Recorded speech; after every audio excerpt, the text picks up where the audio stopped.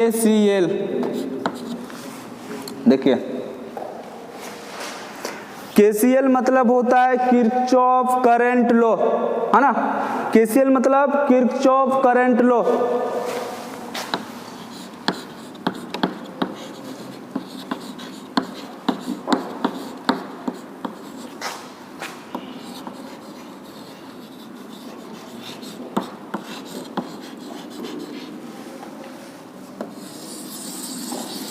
एक एक पॉइंट लिखते जाइए, फिर समझा देंगे। पढ़ के आ रहे हैं हम लोग किरचॉफ का लॉ। एक क्या होता है, करंट लॉ, है ना। करंट लॉ मतलब किरचॉफ करंट लॉ। एक होता है किरचॉफ वोल्टेज लॉ मतलब KVL। तो हम लोग पहले चर्चा करेंगे KCL के बारे में, जिसको क्या कहा जाता है, किरचॉफ करंट लॉ, है ना। और इसे ही किरचॉफ का प्रथम नियम भी कहा जाता है।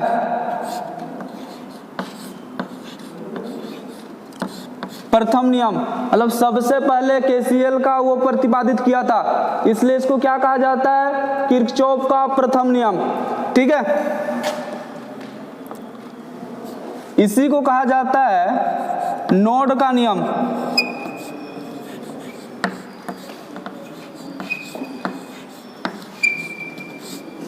या तो फिर इसी को जाना जाता है धारा का नियम। नामे से पता चल रहा है किरचॉफ करंट लॉ मतलब किसका नियम रहेगा, ये धारा का नियम।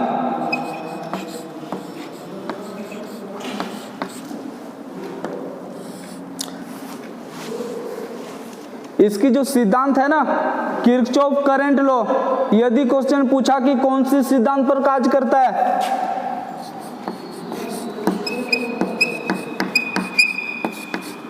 तो लिखना है आवेश संरक्षण सिद्धांत पर।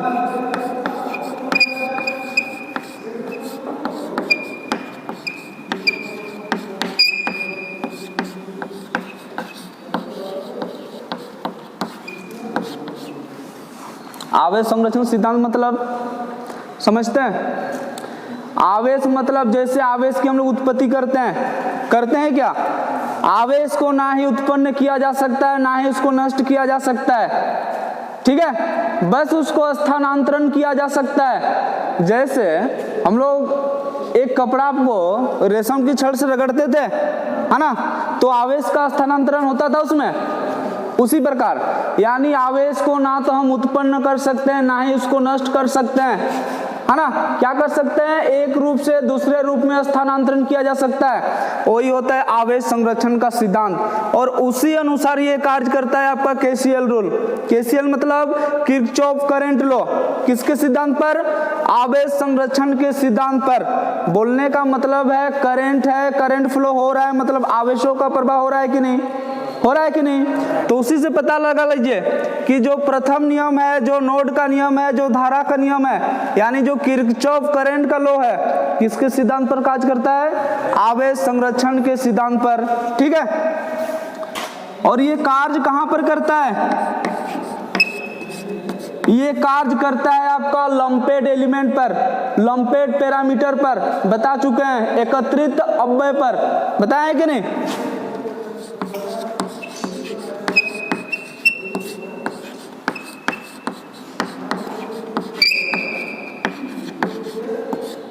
लंपेड पैरामीटर मतलब एकत्रित अव्यय, है ना।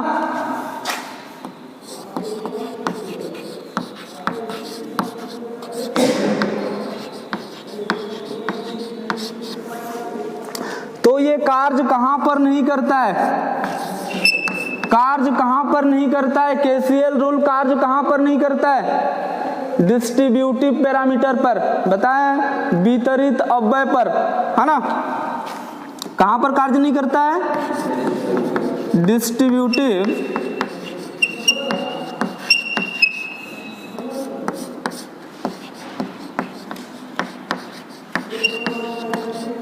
पैरामीटर पर, मतलब कि वितरित अव्यय पर। और वितरित अव्यय का सबसे मुख्य उदाहरण है क्या, याद कीजिए क्या था, पारेषण लाइन। पारेषण लाइन मतलब ट्रांसमिशन लाइन। जो पुरुलिया झारखंड को दिया है ना, उसमें हम लोग KCL रूल लागू नहीं कर सकते, है ना, उसके लिए क्या करना पड़ेगा, एक आदमी को पुरुलिया पर बैठना पड़ेगा और एक देखने वाला को झारखंड पर बैठना पड़ेगा, है ना, तब तो देख सकता है वो, है कि नहीं। फिर से देख लीजिए एक बार, किरचॉफ करंट लॉ यानी उसका जो केसीएल रूल है उसे हम प्रथम नियम के नाम से भी जानते हैं, क्योंकि फर्स्ट बार वो केसीएल दिया था, है ना, और उसी को नोड का नियम के नाम से भी जानते हैं, उसी को धारा के नियम के नाम से भी जानते हैं। और किसके सिद्धांत पर कार्य करता है, आवेश संरक्षण के सिद्धांत पर। और कार्य करता कहाँ पर है, लंपेड पैरामीटर पर, मतलब कि एकत्रित अव्यय पर, मतलब सिंपल साधारण परिपथ पर, समझे। और कार्य कहाँ पर नहीं करता है, डिस्ट्रीब्यूटिव पैरामीटर यानी कि वितरित अव्यय पर। वितरित अव्यय का मुख्य उदाहरण क्या है, पारेषण लाइन, ठीक है। अब आप पूछेंगे कि किरचॉफ करंट लॉ है क्या, है ना, देख लीजिए, ये क्या है, बिंदु है, नोड है ना, नोड है, क्या है, नोड है। मान लीजिए इसमें कुछ करंट प्रवेश कर रहा है, देखिए कैसे बना रहे हैं, एरो इधर से दे रहे हैं, मतलब करंट प्रवेश कर रहा है, ठीक है, और कुछ करंट यहां से निकल रही है, फिर कुछ प्रवेश कर रही है, फिर कुछ निकल रही है, और फिर कुछ प्रवेश कर रही है। कहां पर, इस नोड पर, कहां पर, नोड पर, इसको कहिए नोड कहिए, या तो फिर जंक्शन कहिए, या तो फिर बिंदु कहिए। फिर से देख लीजिए, यहां पर ये नोड है आपका, कुछ करंट प्रवेश कर रही है, कुछ करंट निकल रही है, तो कौन कौन सी करंट प्रवेश कर रही है, I1 मान लीजिए प्रवेश कर रही है, I2, I3, I4, I5 प्रवेश कर रही है। तो आप हमें बताओ, यदि कुछ प्रवेश कर रही है और कुछ प्रवेश करने के बाद निकल रही है, तो बताइए यदि यहाँ पर जितना करंट प्रवेश की तो क्या उतना ही करंट निकलेगी कि उससे ज्यादा निकलेगी।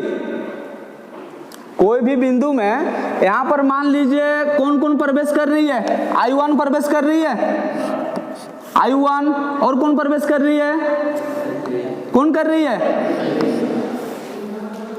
I3 कर रही है, फिर कौन कर रही है, I5 कर रही है।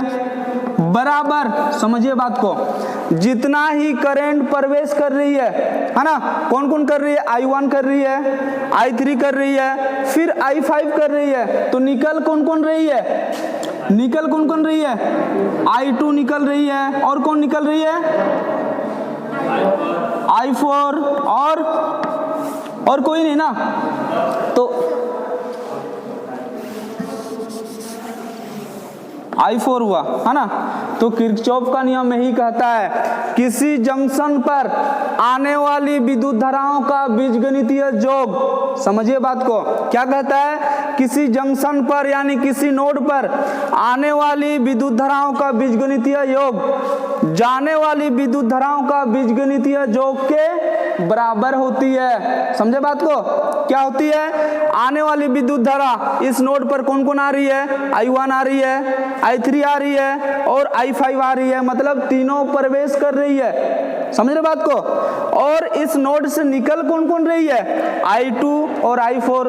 तो क्या हम नहीं कर सकते, किसी नोड पर आने वाली विद्युत धाराओं का बीजगणितीय योग जाने वाली विद्युत धाराओं के बीजगणितीय योग के बराबर होती है, कर सकते हैं कि नहीं। यानी एक डिफिनेशन हमारा बन के आया ये। आप बताओ हमें, यदि इसको हम इस तरीके से लिखे,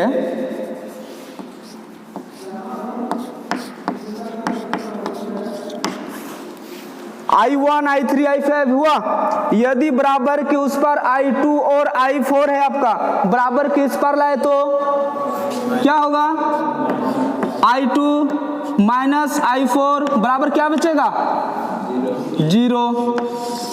तो यहां से हमारा और एक डिफिनेशन बन के आता है, क्या बन के आता है, किसी जंक्शन पर, समझिए, किसी जंक्शन पर आने वाली विद्युत धारा तथा जाने वाली विद्युत धाराओं का बीजगणितीय योग शून्य होता है। बात को समझे कि नहीं, समझ रहे हैं कि नहीं?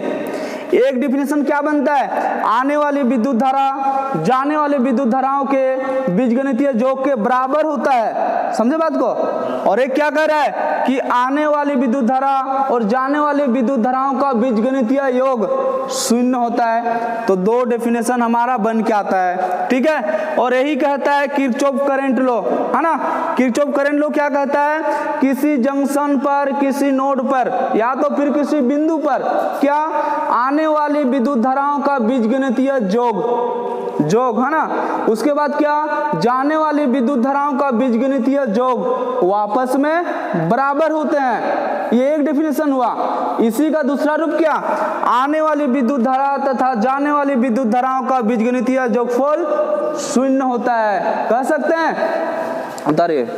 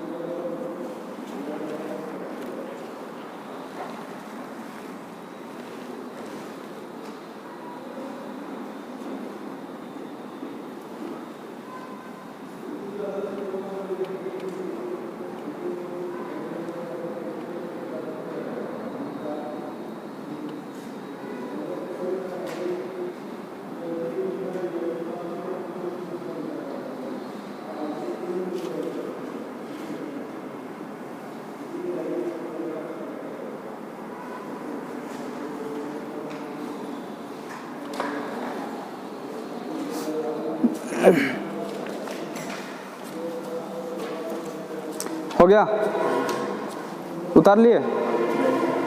देख लीजिए फिर से एक बार, कंफ्यूज नहीं होना है इसमें, देख लीजिए। तो किरचॉफ करंट लॉ क्या कहता है, किसी जंक्शन पर आने वाली विद्युत धारा यानी I1, I3, I5 का बीजगणितीय योग, है ना, का बीजगणितीय योग जाने वाली विद्युत धारा यानी I2 और I4 का बीजगणितीय योग वापस में बराबर होते हैं। एक डिफिनेशन बन के आया। दूसरा क्या कहता है, जितनी भी जंक्शन पर धारा आ रही है और जितनी भी जंक्शन पर से धारा जा रही है, सभी को यदि हम जोड़ दे तो उसका बीजगणितीय योगफल क्या रहेगा, शून्य होगा, है ना। फिर कहता है क्या, ये कौन क्या क्या नियम कहलाता है, केसीएल का प्रथम नियम कहलाता है, नोड का नियम, धारा का नियम किसके सिद्धांत पर कार्य करता है, आवेश संरक्षण के सिद्धांत पर। क्यों, क्योंकि करंट फ्लो हो रहा है, मतलब आवेशों का फ्लो हो रहा है ना, इलेक्ट्रॉनों का फ्लो हो रहा है, और इलेक्ट्रॉन पर तो आवेश होते ही है ना। कार्य कहां पर करता है, लंपेट पैरामीटर पर यानी एकत्रित अवयव पर, और कार्य कहां पर नहीं करता है, डिस्ट्रीब्यूटिव पैरामीटर यानी पारेषण लाइन पर कार्य नहीं करता है, समझे। चलिए क्वेश्चन बनाइए, एक दो क्वेश्चन कीजिएगा, आ जाएगा सारा चीज।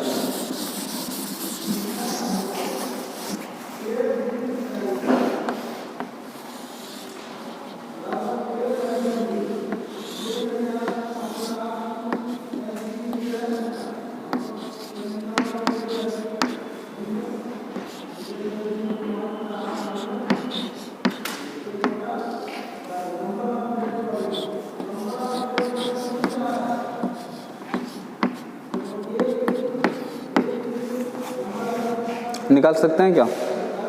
एक बता दें, एक बता दें। देखिए ये आपका जंक्शन है, नोड है ना। देखिए इसमें कौन कौन सा करंट प्रवेश कर रही है, कौन करंट प्रवेश कर रही है इसमें? 15 एम्पियर, यानी प्लस 15 एम्पियर प्रवेश कर रही है। निकल कौन कौन रही है? कौन निकल रही है? यानी -3 एम्पियर लिख सकते हैं। और क्या निकल रही है? -2 एम्पियर निकल रही है। और क्या निकल रही है? आई, यानी जिसका मान निकालना है वो भी निकल रही है। तो किरचॉफ का करंट लॉ कहता है, क्या कहता है? सभी का बीजगणितीय योगफल शून्य होता है, कहता है कि नहीं? तो शून्य लिख सकते हैं। यहाँ पर यदि निकालना चाहे तो 15 एम्पियर हुआ, -3 और 2 कितना हुआ? 3 एम्पियर और 2 एम्पियर कितना हुआ? 5 एम्पियर। यदि -I को बराबर के उस पर ले गए तो +I हो गया, यानी 15 एम्पियर में 5 एम्पियर गया, कितना बचा? 10 एम्पियर। यानी करंट का मान हमारा निकल गया कितना? 10 एम्पियर। ऐसा क्वेश्चन रहेगा, है ना। तो किरचॉफ करंट लॉ क्या कहता है, या तो फिर किरचॉफ का लॉ क्या कहता है? जटिल से जटिल परिपथ। हमने तो अभी यहाँ पे 3 रखा है, 3 शाखा रखा है, इससे ज्यादा होगा। ज्यादा मतलब जैसे यहाँ पर आपका सारी लाइट 1 2 3 4 5 जितना भी लाइट 10 हो सकते हैं, 20 हो सकते हैं, सभी लोड पर क्या क्या करंट बहेगी, सबका करंट का मान निकालना है आपको। कौन से नियम से?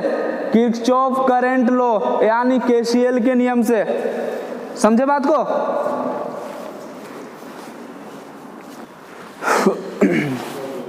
हो गया। Next question.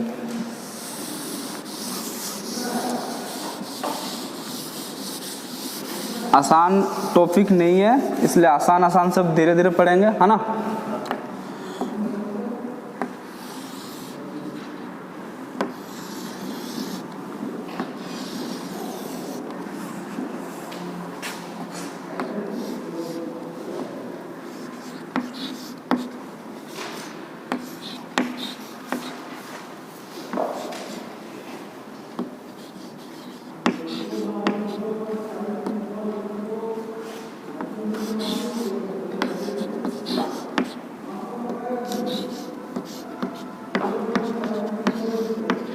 चलिए निकाल के दिखाइए।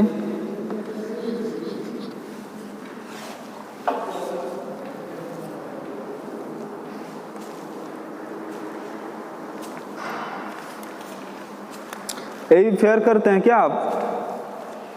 फेयर घर पर कीजिएगा ना, रफ रखिए।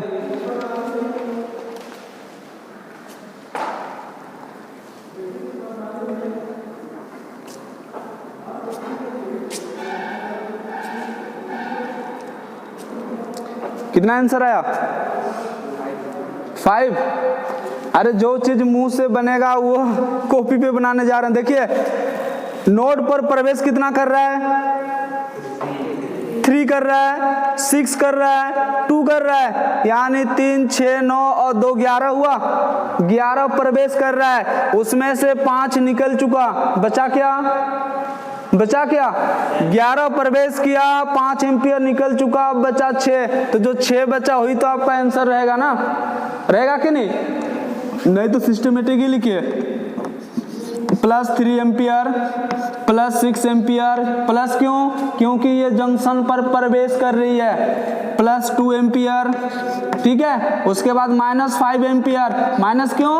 क्योंकि इस जंक्शन से ये करंट निकल रही है ना।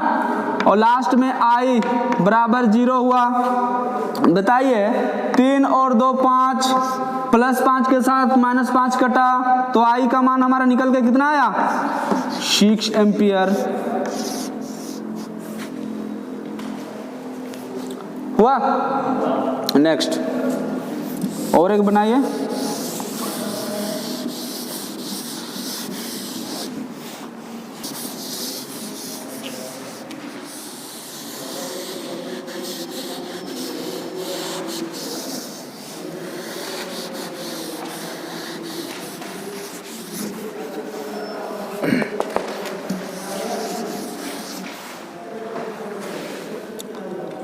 KVL, इसको कहा जाता है किरचॉफ वोल्टेज लॉ।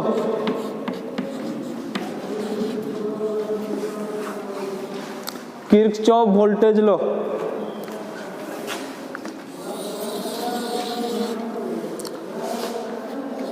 इसको किरचॉफ का दूसरा नियम के नाम से भी जाना जाता है।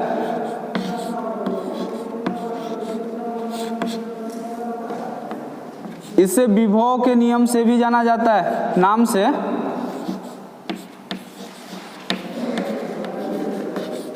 नामे से पता चल रहा है किरचॉफ वोल्टेज लॉ। वोल्टेज मतलब विभव, विभव मतलब वोल्टेज, है ना। तो विभव के नियम से भी जाना जाता है। इसको लूप के नियम से भी जाना जाता है।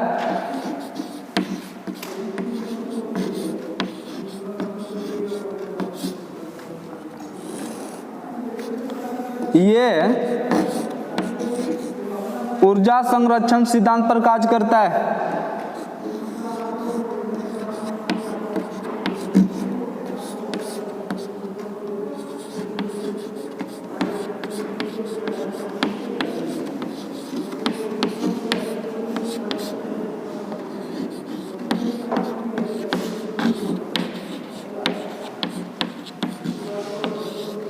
ऊर्जा संरक्षण के सिद्धांत, ऊर्जा संरक्षण का सिद्धांत क्या कहता है? ऊर्जा को ना तो उत्पन्न किया जा सकता है, ना ही उसे नष्ट किया जा सकता है, सिर्फ उसे एक रूप से दूसरा रूप में रूपांतरण किया जा सकता है। जैसे सूरज की रोशनी ऊर्जा है कि नहीं? सोलर के माध्यम से हम लोग क्या करते हैं? जो सौर ऊर्जा सोलर में प्राप्त होती है, सौर ऊर्जा क्या करता है? वैद्युतिक ऊर्जा में कन्वर्ट यानी परिवर्तित करती है कि नहीं? यानी एक रूप से दूसरा रूप में रूपांतरण, वो कहलाता है आपका ऊर्जा संरक्षण का सिद्धांत, है ना। यानी ऊर्जा को ना ही हम उत्पन्न कर सकते हैं, ना ही नष्ट कर सकते हैं। अरे पृथ्वी पर एक ही तो ऐसा चीज है, ना ही इसका उत्पन्न कर पा रहे हैं, ना ही इसका नष्ट कर पा रहे हैं, तभी तो हम लोग जिंदा है ना।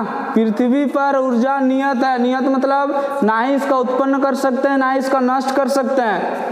क्या कर सकते हैं? एक रूप से दूसरा रूप में रूपांतरण कर सकते हैं। जैसे इलेक्ट्रिकल एनर्जी, यहाँ पर प्लग लगाए बोर्ड पर प्लग लगाए, इलेक्ट्रिकल हम लोग लिए, फिर क्या करते हैं? मैकेनिकल में चेंज करते हैं। जैसे मोटर का स्विच ऑन करते हैं, उसके बाद आपका कोई भी मोटर गतिशील होता है कि नहीं? यानी जो इलेक्ट्रिकल लिए मैकेनिकल में परिवर्तित हुआ कि नहीं? तो ये ऊर्जा का रूपांतरण यानी ऊर्जा संरक्षण के सिद्धांत पर कार्य करता है। बोलने का मतलब है कि ऊर्जा को ना तो नष्ट किया जा सकता है, ना ही उसको उत्पन्न किया जा सकता है। और केवीएल रूल यानी किरचॉफ का जो वोल्टेज लॉ है, किसके सिद्धांत पर कार्य करता है? ऊर्जा संरक्षण के सिद्धांत पर। ठीक है। और ये कार्य कहां पर करता है? कोई बता सकता है क्या? कार्य कहां पर करता है? लंपेड एलिमेंट यानी लंपेड पैरामीटर पर। पहले भी बता चुके हैं ये सब। लंपेड पैरामीटर पर मतलब कि एकत्रित अव्यय पर, है ना, एकत्रित अव्यय पर। तो ये कार्य कहां पर नहीं करता है? कार्य कहां पर नहीं करता है? डिस्ट्रीब्यूटिव पैरामीटर पर।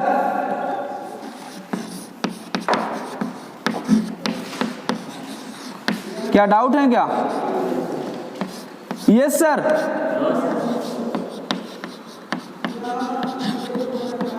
और डिस्ट्रीब्यूटिव पैरामीटर का खास उदाहरण एक होता है, क्या होता है?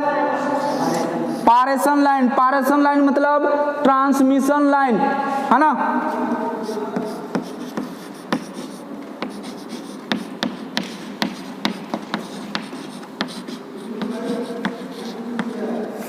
इतना बढ़िया से एक एक चीज बता रहे हैं, याद नहीं रखोगे ना कल देखते हैं, है ना।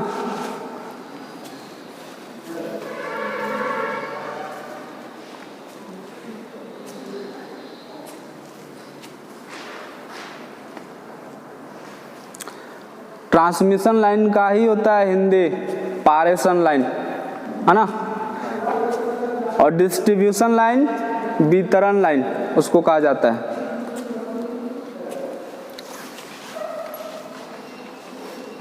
उतार रहे हैं, देख लीजिए पूरा, देख लीजिए। किरचॉफ वोल्टेज लॉ को किस नियम से जाना जाता है? किरचॉफ का दूसरा नियम या तो फिर द्वितीय नियम से, और किस नियम से? विभव के नियम से, और किस नियम से? लूप के नियम से। लूप के नियम से क्यों? क्योंकि देखिए मान लीजिए एक वोल्टेज सोर्स है, वोल्टेज सोर्स क्या करता है? वोल्टेज प्रदान करता है, ऊर्जा प्रदान करता है कि नहीं? एक वोल्टेज सोर्स है और यहाँ पर आप 2 बल्ब जला रहे हैं, इसमें कितना बल्ब? 2 बल्ब। तो आप हमें बताओ ये दोनों बल्ब को सेम वोल्टेज मिलेगी कि अलग अलग मिलेगी? बोलने का मतलब है मान लीजिए इस वोल्टेज सोर्स से यानी Vs से 20 वोल्ट हम यहाँ से ऊर्जा प्रदान कर रहे हैं, मतलब उत्पादन कर रहे हैं ऊर्जा का, है ना? कितना? 20 वोल्ट। तो आप बताओ ये दोनों बल्ब को सेम वोल्ट प्राप्त होगी कि अलग अलग प्राप्त होगी? अलग अलग प्राप्त होगी। क्यों? क्यों प्राप्त होगी? क्योंकि दोनों बल्ब कौन सी क्रम में है? सीरीज। समांतर में कैसे यार? सीरीज में। समांतर में क्या होता है? वोल्टेज सेम होता है ना? समांतर में वोल्टेज सेम होता है। तो ये दोनों सीरीज में है, मतलब वोल्टेज बट जाएगी, बटेगी कि नहीं? यानी इसको कुछ वोल्टेज प्राप्त होगा, कितना प्राप्त होगा? V1 प्राप्त होगा, और इसको कितना प्राप्त होगा? V2 प्राप्त होगा। तो किरचॉफ वोल्टेज लॉ क्या कहता है ना, किसी भी लूप पर, बताइए ये एक लूप बना कि नहीं? लूप बना कि नहीं है? बना ना? तो केवीएल रूल यानी किरचॉफ वोल्टेज लॉ क्या कहता है? किसी भी लूप पर आरोपित वोल्टेज, आरोपित मतलब जो हम लोग वोल्टेज दे रहे हैं, कितना दे रहे हैं? 20 वोल्ट। यानी किसी भी लूप पर आरोपित वोल्टेज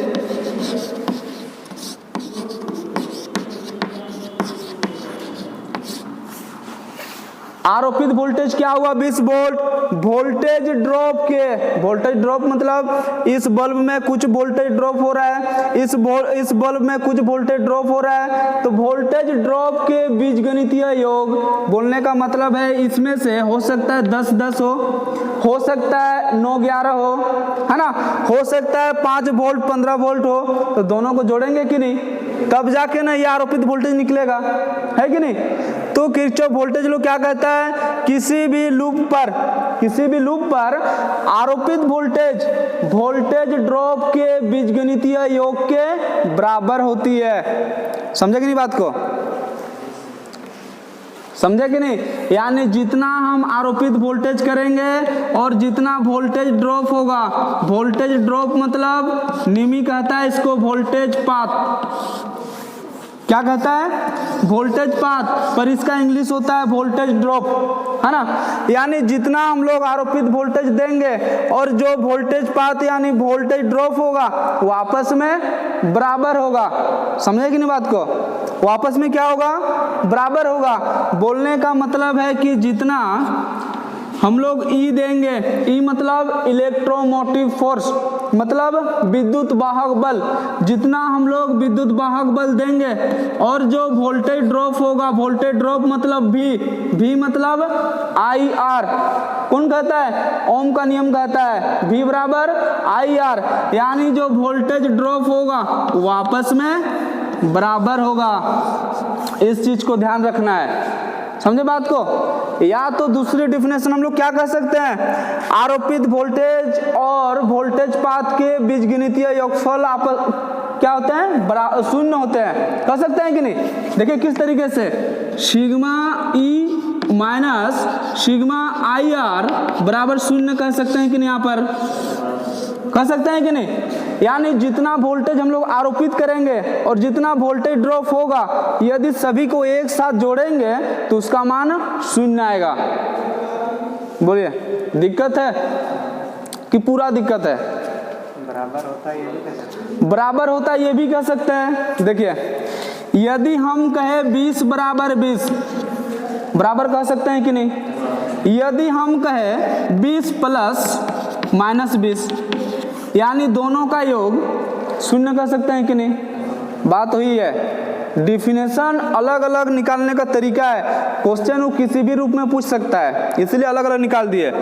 एक क्या, आरोपित वोल्टेज पात का बीजगणितीय जो वो आपस में बराबर होते हैं। बोलने का तरीका समझिए, किस तरीका से बोलना है। आरोपित वोल्टेज का बीजगणितीय योग, समझे, देख लीजिए, इसमें क्लियर हो जाएगा। मान लीजिए यहाँ 20 वोल्ट है, ये भी वोल्टेज सोर्स है, इसमें भी 20 वोल्ट है। बताइए दो बैटरी को सीरीज में जोड़ने पर वोल्टेज बढ़ेगा कि घटेगा? बढ़ेगा कि घटेगा? है ना। रेडियो का बैटरी में 3 रहता है, क्या 1 से चलेगा? 3 हम लोग क्यों लगाते हैं? वोल्टेज को बढ़ाने के लिए। यदि एक सेल पर 2 वोल्ट है तो 3 सेल पर कितना वोल्ट होगा? 6, यानी वोल्टेज सोर्स कितना हुआ? 6। तो ही तो हुआ ना आरोपित वोल्टेज, समझे कि नहीं। यानी आरोपित वोल्टेज मतलब 20 वोल्ट और 20 वोल्ट 40 वोल्ट, दोनों को जोड़े तो 40 वोल्ट। उसी को कहा जाता है सिग्मा ई। सिग्मा मतलब होता है योग, सिग्मा कहा जाता है योग को, है ना।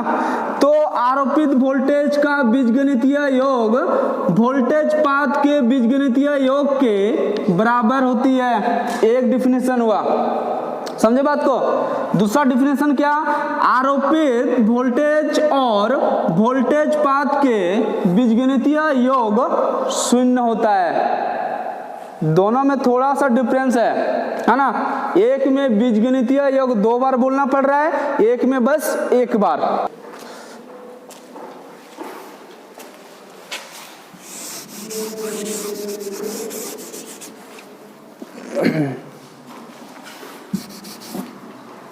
देख लीजिए फिर से, है ना। क्वेश्चन के थ्रू चलते हैं, वहां समझ में आ जाएगा, है कि नहीं।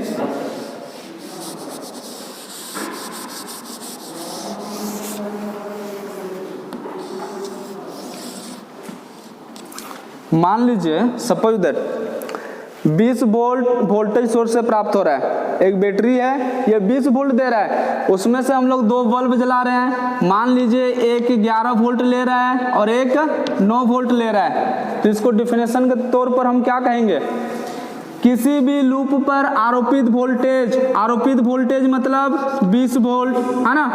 वोल्टेज ड्रॉप के बीजगणितीय योग, वोल्टेज ड्रॉप मतलब एक 11 वोल्ट ड्रॉप हो रहा है एक जगह पर ड्रॉप हो रहा है कितना? 9 वोल्ट। यानी वोल्टेज ड्रॉप के बीजगणितीय योग यानी 11 वोल्ट और 9 वोल्ट के बीजगणितीय योग वापस में बराबर होते हैं।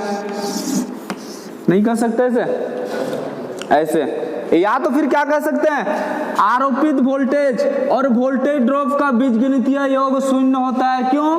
क्योंकि 11 हुआ आरोपित यानी प्लस 11 हुआ। अब क्या होगा, दोनों माइनस पे होगा। अरे 20 है ना, 20 है, अब दोनों माइनस होगा यानी -11 -9 बराबर कितना हो जाएगा? 0। तो क्या सबको जोड़ेंगे तो 0 नहीं आएगा? यही तो है ना।